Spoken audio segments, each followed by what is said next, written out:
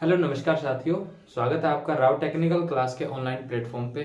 साथियों, जैसा कि आपको पता है कि अपनी जो रिवीजन क्लासेस चल रही हैं लगातार, उसके अंदर अपन ने कल पढ़ा था बेसिक फंडामेंटल कौन सा एसी का। आज एसी फंडामेंटल के जो क्वेश्चन है यानी कि जो एसी परिपथ है, अपन उसके सभी क्वेश्चन सोल्व करेंगे कि किस तरीके से एसी परिपथ के क्वेश्चन आते हैं और हमें क्या क्या चीजें उनके अंदर सोल्व करनी होती है। छोटे छोटे सवाल बन के आते हैं, लेकिन हम मोटे मोटे सवाल करके थोड़े बड़े बड़े, ताकि उनमें हर एक चीज कवर हो जाए। वो मैं आपको कुछ एक हर टाइप के बताता हूं, उनके अंदर थोड़ा ध्यान से प्रैक्टिस करना ताकि आपको आसानी से समझ आ सके। ठीक है,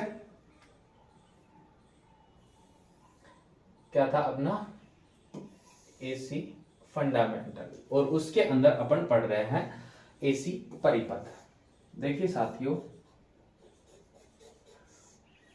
वो सेम है आपका कि जिसके अंदर आपका परिपथ क्या है, जिसके अंदर खर्च करने वाला और पावर देने वाला दोनों सीरीज में जुड़े हों।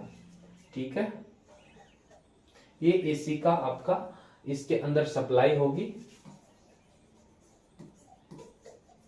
और ये आपका प्रतिरोध या आपका डिवाइस होगा। तो इसके अंदर क्या होगा, आपकी करंट प्रवाहित होगी। ठीक है, अपन ने डीसी परिपथ में डीसी की करंट दी थी, डीसी सप्लाई दी थी, इसके अंदर आप एसी सप्लाई दोगे तो ये कौन सा हो जाएगा, एसी परिपथ हो जाएगा।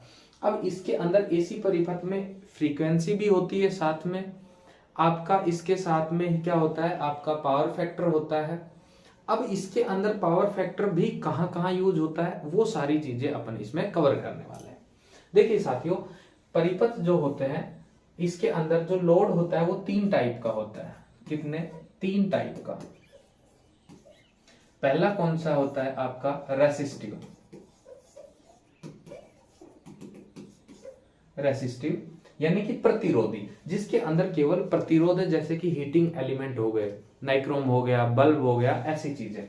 दूसरा कौन सा हो गया आपका, इंडक्टिव। ठीक है, और तीसरा है कैपेसिटिव, यानी कि आपका प्रेरक और संधारित्र और आपका प्रतिरोधी। 3 लोड है, तीनों का बारे में अपन पढ़ेंगे। पहले अपन रेसिस्टिव के बारे में पढ़ेंगे, उसके बाद इंडक्टिव और दूसरा कैपेसिटिव। ठीक है, चलते हैं आगे। देखिए 3 लोड है अपने पास में, कौन कौन से हैं, प्रतिरोधी, प्रेरक और संधारित्र, यानी कि रेसिस्टिव, इंडक्टिव और कैपेसिटिव। अब साथियों, इनके अंदर एक चीज, सबसे पहले तो इनका मात्रक देखिए। जो प्रतिरोध होता है उसको अपन ओम में मापते हैं, इनको भी ओम में मापते हैं, इनको भी। लेकिन ये प्रतिरोध है, इनका प्रतिरोध। ठीक है, लेकिन इसको इंडक्टिव को अपन एल से दर्शाते हैं, इसको आर से दर्शाते हैं और कैपेसिटिव को सी से दर्शाते हैं। ठीक है, अब इनके अंदर एक चीज होती है कि इसका तो अपने को प्रतिरोध निकालना होता है, इसके अंदर प्रतिरोध के साथ साथ आपका चुंबकत्व, ठीक है, मैग्नेटिक होता है, इसलिए इसका क्या निकलेगा, रिएक्टेंस निकलेगा। ठीक है, इसके अंदर भी प्रतिरोध के साथ साथ आपका कैपेसिटी होता है, क्योंकि प्योर कोई भी चीज नहीं होती है, इसलिए इनका अंदर कुछ मिक्स होता है, तो इसका भी रिएक्टेंस निकलेगा। यदि हम इनका रिएक्टेंस निकालेंगे तो ये XL हो जाएगा और ये XC हो जाएगा, यानी कि हम इसको बोल पाएंगे इंडक्टिव रिएक्टेंस और ये कैपेसिटिव रिएक्टेंस। इनका मात्रक क्या है, ओम। इन दोनों का मात्रक ओम है, जो मैंने आपको ऊपर बताया। ठीक है, अब साथियों, इनके अंदर एक चीज और होती है, जब ये सेपरेट सेपरेट होते हैं तब तो इनका क्या हो गया, इंडक्टिव रिएक्टेंस हो गया, संधारित्र। अब जब एक परिपथ में जुड़े हुए हैं, मान लो इस तरीके से, जिसके अंदर एक प्रतिरोध भी जुड़ा हुआ है, इसके अंदर एक इंडक्टिव कॉइल भी है, एक आपका प्रतिरोध भी जुड़ा हुआ है, तो ऐसे परिपथ में आप किस तरीके से निकालोगे, तो इन सभी का जब अगर आप टोटल प्रतिरोध निकालोगे, कुल विरोध निकालोगे, प्रतिरोध का मतलब है धारा के मार्ग में कुल विरोध ही प्रतिरोध होता है। जब ये निकालोगे तो इसके अंदर आपको टोटल Z निकालना होगा। ठीक है, जिसको हम इम्पीडेंस बोलते हैं, और उसको हम बड़े ही प्यार से क्या कहते हैं अपनी हिंदी भाषा में प्रतिघात। ये क्या होती है? प्रतिबाधा। यही लिख देते हैं,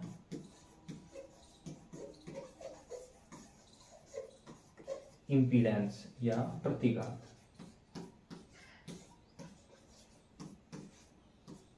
ठीक है, और ये क्या होता है? रिएक्टेंस।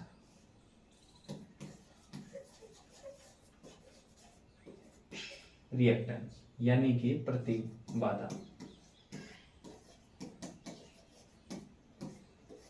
ठीक है, अब ये चीजें तो आपको मेरे हिसाब से समझ आ गई होंगी। अब जब आप इसको निकालोगे,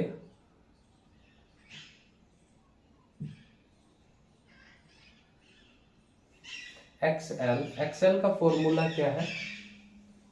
आप में से कोई बताएगा?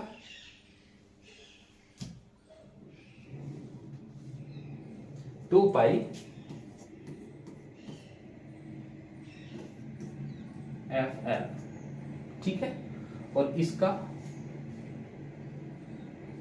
एक्स सी बराबर 1/2 पाई एफ सी। ये आपका इंडक्टिव रिएक्टेंस निकालने का फॉर्मूला है, और ये कैपेसिटिव रिएक्टेंस निकालने का फॉर्मूला है। इसके अंदर यदि हम इंपीडेंस की बात करें तो जेड कैसे निकालोगे आप साथियों?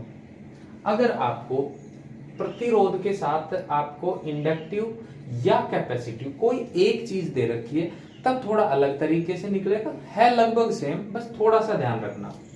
तो जेड बराबर क्या हो जाएगा आपका? √r² plus X square. अब ये x है, वो आप इसका भी हो सकता है और इसका भी हो सकता है। यदि ये दोनों आ जाएं तो x कैसे होगा? xc, और इसका अंतर है साथियों xl का। ये अंतर को दर्शाता है, ठीक है, इनका अंतर। यदि आपको ये दोनों दे दे इसके साथ में, जैसे कि इसमें दे रखा था, तो उसके अंदर ये लगेगा और उसका स्क्वायर हो जाएगा, जैसे कि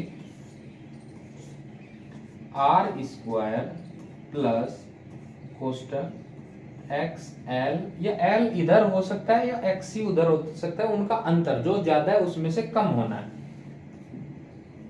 माइनस XC का स्क्वायर। ठीक है,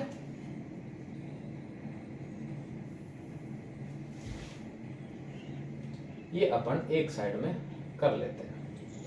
अब इसके बाद में साथियों एक चीज और आती है आपकी, पावर फैक्टर। पावर फैक्टर कैसे निकालोगे? जिसके अंदर आपका R होगा बटा Z। देखिए साथियों, ये क्या है? cos फाई बराबर, या आप इसको पावर फैक्टर भी बोल सकते हैं। पावर फैक्टर, पावर फैक्टर किससे दर्शाते हैं? cos फाई से। cos फाई में प्रतिरोध में आप इंपीडेंस का भाग दे दोगे तो आपका इसके अंदर आ जाएगा। अब साथियों इसके अंदर जो समझने की चीज है वो एक और है, यहाँ पे फॉर्मूले के ही अंतर। अब आप पावर भी निकाल सकते हो।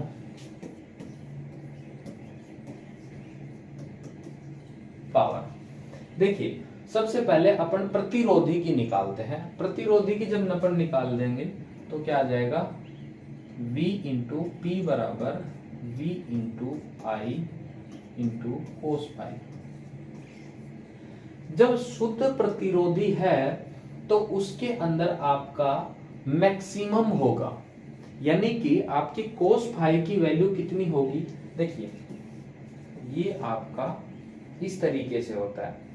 इधर क्या होगा? आपका कैपेसिटिव लोड, इधर इंडक्टिव लोड, ठीक है, और ये क्या है? आपका प्रतिरोध। यानी कि शुद्ध प्रतिरोधी कितना होगा? आपका 0।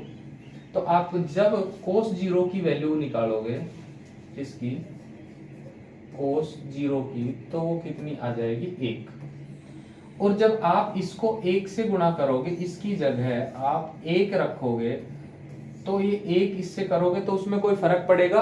नहीं पड़ेगा। इसी तरीके से आपको निकालना है। अब जैसे इसमें शुद्ध अगर प्रेरक तो या शुद्ध कैपेसिटी ये होगा आपका कैपेसिटिव लोड, तो P बराबर क्या हो जाएगा, V इंटू आई कोस फाई। ठीक है, यहां पे कोस फाई, तो कोस फाई कितना है आपका, शुद्ध के अंदर 90 डिग्री हो जाएगा। तो यहां पे जब आप कोस 90 की वैल्यू निकालोगे तो आपकी कितनी आ जाएगी, 0। और कोस 0 की वैल्यू जब आप इससे गुणा करोगे 0 को इसकी जगह, ठीक है, तो ये पूरी पावर कितनी हो जाएगी, 0 हो जाएगी। यदि आपसे कोई पूछे कि शुद्ध प्रेरकत्व या शुद्ध संधारित्र लोड के अंदर आपकी पावर कितनी होगी, तो बिना निकाले आप बोल सकते हो कितनी, 0। ठीक है, और अधिकतम कब होगी, जब प्योर रेसिस्टिव हो। अब इसके अंदर एक अनुनादी भी आता है, क्या, अनुनादी परिपथ। अनुनादी परिपथ क्या होता है साथियों, अनुनादी परिपथ के अंदर आपका XC और XL बराबर हो जाए, XL बराबर XC हो जाए। देखिए साथियों, जब अपन ने ये फॉर्मूला लगाया था और इसके अंदर XL और XC आपका बराबर होगा तो अंतर 0 हो जाएगा, 0 का आपका प्रतिरोध का एज इट इज हो जाएगा। यानी कि जब आप इस फॉर्मूले के अंदर रखोगे तो इंपीडेंस और आपका जो R है वो बराबर हो जाएगा, R बराबर Z। यदि आपको क्वेश्चन में आ जाए कि कब होगा, तो XL बराबर XC के अकॉर्डिंग आपका होने वाला है। यहीं पे मैं एक चीज और समझा पाऊं आपको, एक होता है अनुनादी आवर्ती।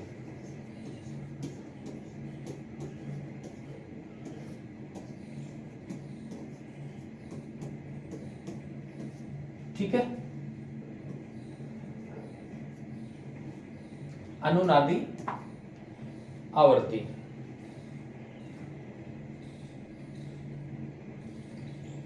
अनुनादी आवर्ती निकालने के लिए देखिए XL बराबर क्या होता है, XC।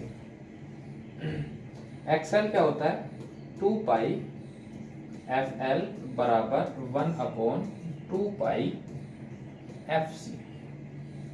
ठीक है, अपने को क्या निकालना है साथियों, इसके अंदर फ्रीक्वेंसी, दोनों के अंदर इन दोनों को मल्टीप्लाई कर देंगे। ठीक है, कैसे हो जाएगा ये, F² बराबर 1/, इसको नीचे ले जाए, 4 पाई स्क्वायर LC। ठीक है साथियों, जब आप फ्रीक्वेंसी निकालोगे तो ये क्या हो जाएगा, अंडररूट, यानी कि इसका स्क्वायर हटाने के लिए इधर आप अंडररूट में दे सकते हो, 1/4 पाई है LC। ये हो गया। जब आप इसका निकालोगे, देखो एक का सेम रहने वाला है, 4 पाई स्क्वायर, ये 4 का 2 पाई स्क्वायर का पाई रह जाएगा, तो F बराबर क्या आ जाएगा, 1/2 पाई अंडररूट LC। ठीक है साथियों, और आप जब इसको सोल्व करोगे कितना आ जाएगा, देखो ये अलग अलग कर सकते हो इनको आप, जब आप 1 में 2 गुना 3.14 का भाग दोगे तो ये आएगा 0.159। ठीक है, इसके ऊपर रख सकते हैं सीधा F बराबर 0.159/√LC। ये आपका रेजोनेंस फ्रीक्वेंसी हो गई या रेजोनेंस आवर्ती, जैसा आप कह रहे हो, रेजोनेंस बोलते हैं उसको अनुनादी को। ठीक है, ये आपके एक छोटा छोटा मैंने बेसिक सारी चीजें बता दी इसके अंदर। अब चलो इसके करते हैं क्वेश्चन। देखिए किसी 0.2 हेनरी की कॉइल में 200 वोल्ट 50 हर्ट्ज एसी सप्लाई देने पर उसमें उत्पन्न प्रेरकत्व प्रतिघात तथा धारा का मान ज्ञात करो। प्रेरकत्व प्रतिघात यानी कि एक्सएल और करंट। देखिए साथियों, मैंने करंट का यहाँ पे इसलिए नहीं बताया आपको, जब आप करंट निकालते हो तो आपका कोई अलग से नहीं होता, वही आपका V अपॉन R होता है। वही क्या आ जाएगा, V अपॉन एक्सएल या V अपॉन जेड, जैसी आपकी इच्छा हो।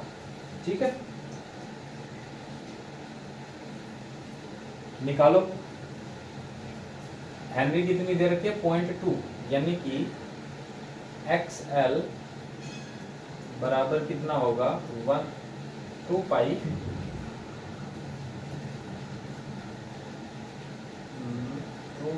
एफएल। ठीक है, रखो 2 गुणा 3.14 गुणा 50 गुणा 0.2। ठीक है साथियों, 0.2 को गुणा करेंगे तो ये कितना हो जाएगा, 10। 6.28 गुणा 10 यानी कि आपका आ जाएगा 62.8 ओम। ठीक है, करंट की बात करें, I बराबर V अपॉन R, तो यहाँ R कितना आ जाएगा, आपका एक्सएल हो जाएगा, इसकी जगह R की जगह V अपॉन एक्सएल ऐसे लिखो।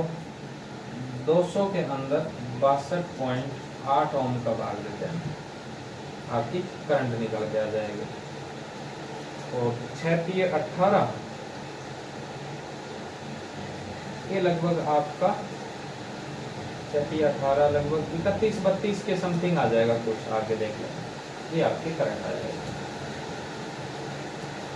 ठीक है, सोल्व करना हो तो कर लो।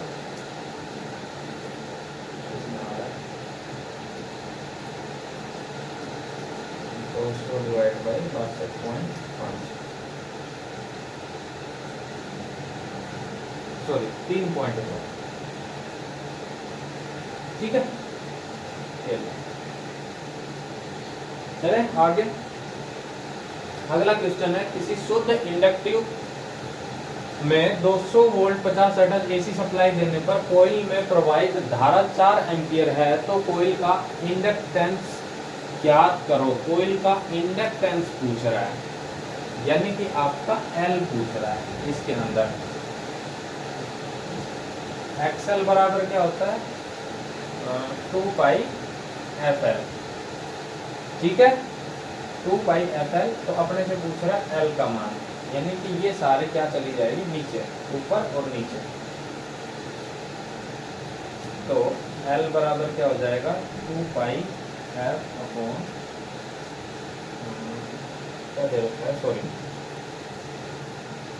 करंट दे रखा है ना, तो अपने को क्या निकालना, एक्सएल बराबर 200/4 50 ओम एक्सएल।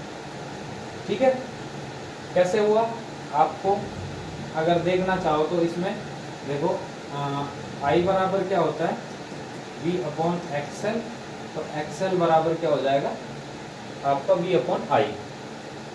आगे देखिए, एक्सएल का फॉर्मूला क्या होता है, 2 पाई एफएल, और तो इसके अंदर कितना आ जाएगा, L बराबर एक्सएल बटा 2 पाई एफ। रख दो, एक्सएल कितना है, 50 है, जिसके अंदर भाग देना आपको 6.28 गुणा 50। ठीक है, आपका हो गया 1/6.28, भाग दे लो इसको।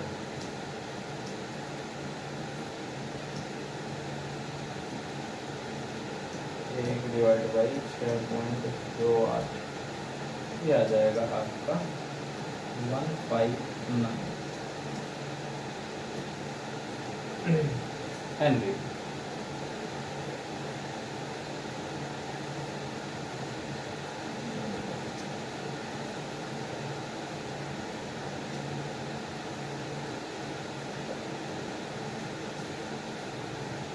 ठीक है साथियों, चलो अगला देखते हैं।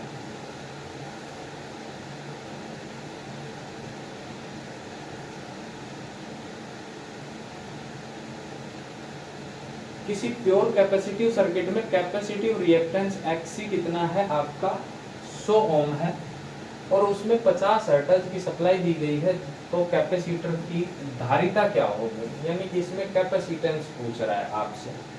तो सीधा सीधा है साथियों, वही है आपका फॉर्मूला Xc बराबर 1/2 पाई Fc। ठीक है, ले जाओ इसको ऊपर। क्या निकालना है आपको,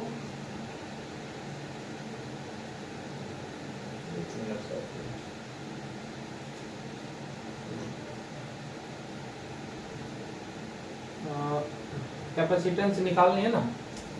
C बराबर 1/2 पाई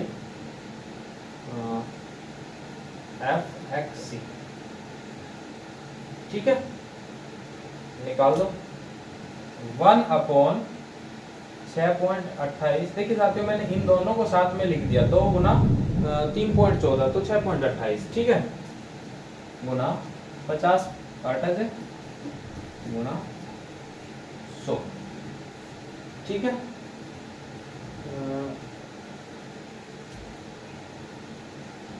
निकालो कैपेसिटेंस आपका, कैलकुलेटर कर दो फटाफट इसको। देखो वैसे तो 3 जीरो ऊपर चली जाएंगी, 10 की पावर 3। ठीक है, अब इनको गुणा कर लो, तो 1 डिवाइड बाई 6.28 डिवाइड बाई 5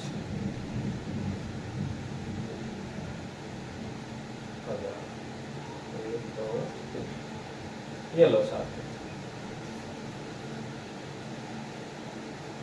0.31 गुणा 1 2 3 4 10 की पावर -4। आप या तो इस तरीके से कर सकते हो, दूसरा ऑप्शन है आपके पास में कि आप इसको 31 गुणा 10 की पावर -6 हेनरी लिख सकते हो।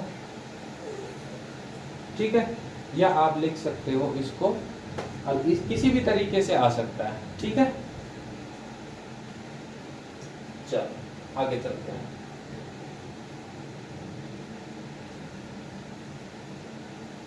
देखिए साथियों, एक सर्किट दिया हुआ है और पूछ रहा है परिपथ में इंपीडेंस तथा करंट ज्ञात करो। ठीक है, इसके अंदर दे क्या क्या रखा है, आपका R दे रखा है और XL दे रखा है। दिख रहा है आपको साफ?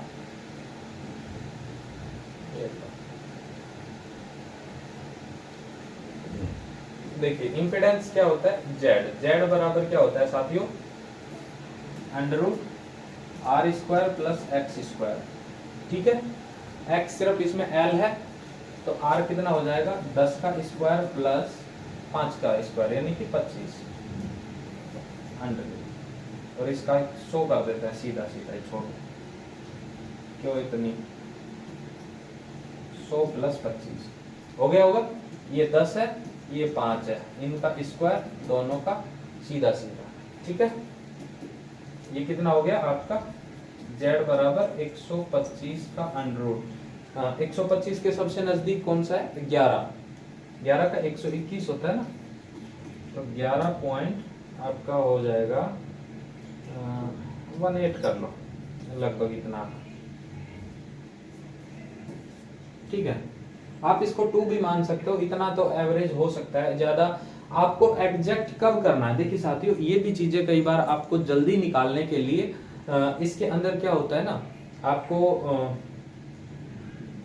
बिल्कुल ऑप्शन मान लो ऐसे दे दिया, मान लो कोई 70 71 या 75 80 और आपको दे दिया मान लो 88, इस तरीके से सटीक देता है ऑप्शन, तब तो इनको पूरा सोल्व करने की जरूरत होती है, आपको पूरा भाग देने की जरूरत होती है।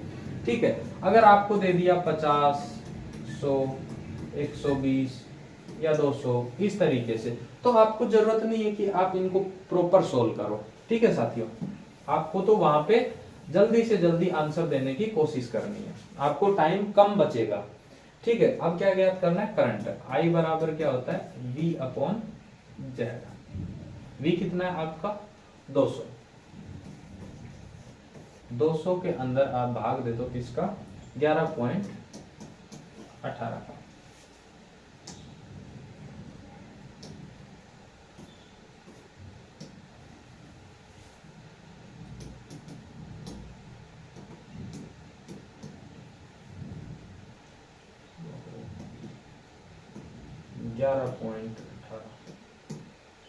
ये आ गया 17.88।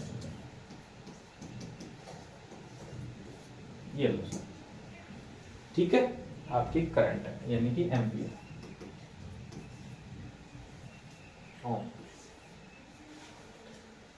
चलिए अगला देखते हैं, किसी आरएल सर्किट में 10 ओम के प्रतिरोध को श्रेणी क्रम में इंडक्टिव कोइल जुड़ी हो, जिस कोइल का रिएक्टेंस ज्ञात कीजिए यदि कोइल में इंपीडेंस 12 ओम है। क्या दे रखा है, 12 ओम है इंपीडेंस। इसमें क्या दे दिया, जेड दे दिया आपका 12 ओम, और क्या दे रखा है साथियों, प्रतिरोध आर दे दिया 10 ओम। ठीक है, तो इसमें रिएक्टेंस एक्स पूछ रहा है। ठीक है, यानी कि अगर इंडक्टिव है तो सॉरी क्या हुआ है, हाँ इंडक्टिव है तो एक्सएल पूछ रहा है, एक ही बात है वो, तो कोई बड़ी बात नहीं है। ठीक है, तो जेड बराबर क्या होता है, under root R square plus X square. Under root हटाने के लिए जेड स्क्वायर बराबर R square plus X square. ठीक है, अपने को क्या निकालना है, एक्स। एक्सएल का स्क्वायर बराबर जेड, जेड स्क्वायर माइनस, देखिए आप आर को इधर लाओगे तो इधर प्लस का, इधर लाओगे तो किसका हो जाएगा, माइनस का, तो आर स्क्वायर कर दो। जेड कितना है आपका 12, सीधा सीधा लिख दो, 12 का स्क्वायर कितना होता है 144, माइनस 10 का स्क्वायर कितना हो गया आपका 100। तो एक्सएल बराबर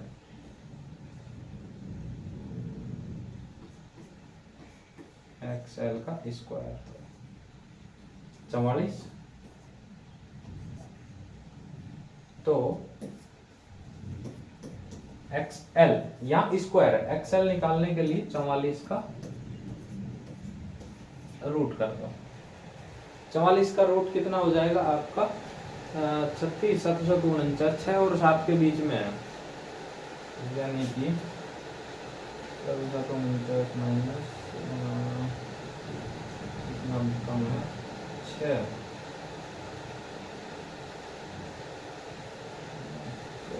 5 बताया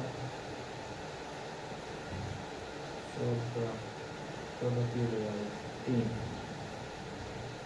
हो जाएगा लगभग 7.3 आपका ओम, लगभग इतना आएगा साथ, देख लेना। ठीक है, चलिए आगे चलते हैं। यदि किसी 10 ओम प्रतिरोध के साथ एक कैपेसिटर जुड़ा हुआ है जिसका रिएक्टेंस 5 ओम है, तो इंपीडेंस ज्ञात करो। ये सेम ही है आपका, इसके साथ में क्या है, जैसे कि आपका एक जुड़ा हुआ है ये, इसके साथ में एक कैपेसिटर जुड़ा है और एसी सप्लाई, इसमें कुछ नहीं दिया, इसमें सिंपल पूछा है आपसे। ये कितना है 10 ओम का, और ये कितना है आपका 5 ओम। ये क्या पूछ रहा है, जेड, इन दोनों का टोटल पूछ रहा है जेड। सीधा सीधा लगा दो, जेड बराबर R square plus X square root. ठीक है साथियों, तो इसके अंदर क्या पूछ रहा है आपका, इंपीडेंस पूछ रहा है ना, हाँ तो 10 का स्क्वायर प्लस 5 का स्क्वायर,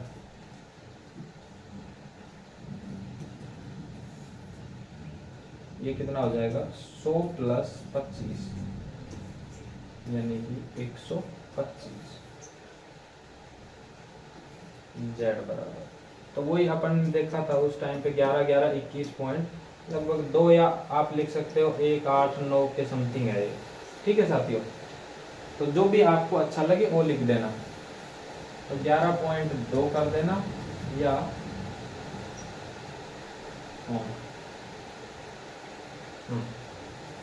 ठीक है। अगला, इसके अंदर देखिए साथियों आपको तीनों चीजें दे दी, इसके अंदर आपको हर चीज मिल जाएगी कि क्या क्या आपको निकालना है। देखिए सबसे पहले इसके अंदर आपको 4 ओम का प्रतिरोध है, एक्सएल इतना है, एक्ससी इतना है। तो सबसे पहले इंपीडेंस ज्ञात करना है। इंपीडेंस वही है जेड बराबर √r स्क्वायर प्लस, देखिए इसके अंदर दोनों है, आप लिख सकते हो XL और XC स्क्वायर लिख दें। R स्क्वायर कितना है साथियों 16, देखिए 4 है, 4 का स्क्वायर 16 मैं डायरेक्ट लिख रहा हूं साथियों। उसके बाद में 5 और 2 का -3, 5 - 2 क्या होगा 3, और 3 का कितना आ जाएगा स्क्वायर 9। ठीक है, z बराबर 9, तो z बराबर कितना आ जाएगा, ये कितना आ रहा है 25, और 25 का स्क्वायर कितना होगा 5 ओम। ठीक है, इंपीडेंस कितना आ गया आपका 5 ओम। ठीक है, अपने को क्या निकालना है पावर। तो पावर निकालने के लिए सबसे पहले आपको 2 चीजों की जरूरत पड़ेगी। किस किस की? पहला आपको करंट पता होना चाहिए, दूसरा आपका देख पावर का फॉर्मूला बताया था ना, P बराबर V इंटू आई इंटू कोस फाई। ठीक है, कोस फाई निकालना है आपको, यानी कि PF निकालना है पावर फैक्टर। तो R अपॉन जेड, R कितना है इसके अंदर आपका 4/5, 0.5 40, 0.8 ओम, सॉरी 0.8। ठीक है, अब बच गया अपने पास में क्या करंट, थोड़ा सा छोटा कर देता है बाकी और आ जाएगा। तो I निकालने के लिए I बराबर V अपॉन जेड, V कितना है 200 बटा जेड कितना 5, यानी कि आपका 50 एम्पियर। ठीक है, पावर कितना है 200, करंट 50 है गुणा 0.8। ठीक है, 8 पंजू 40, सीधा सीधा।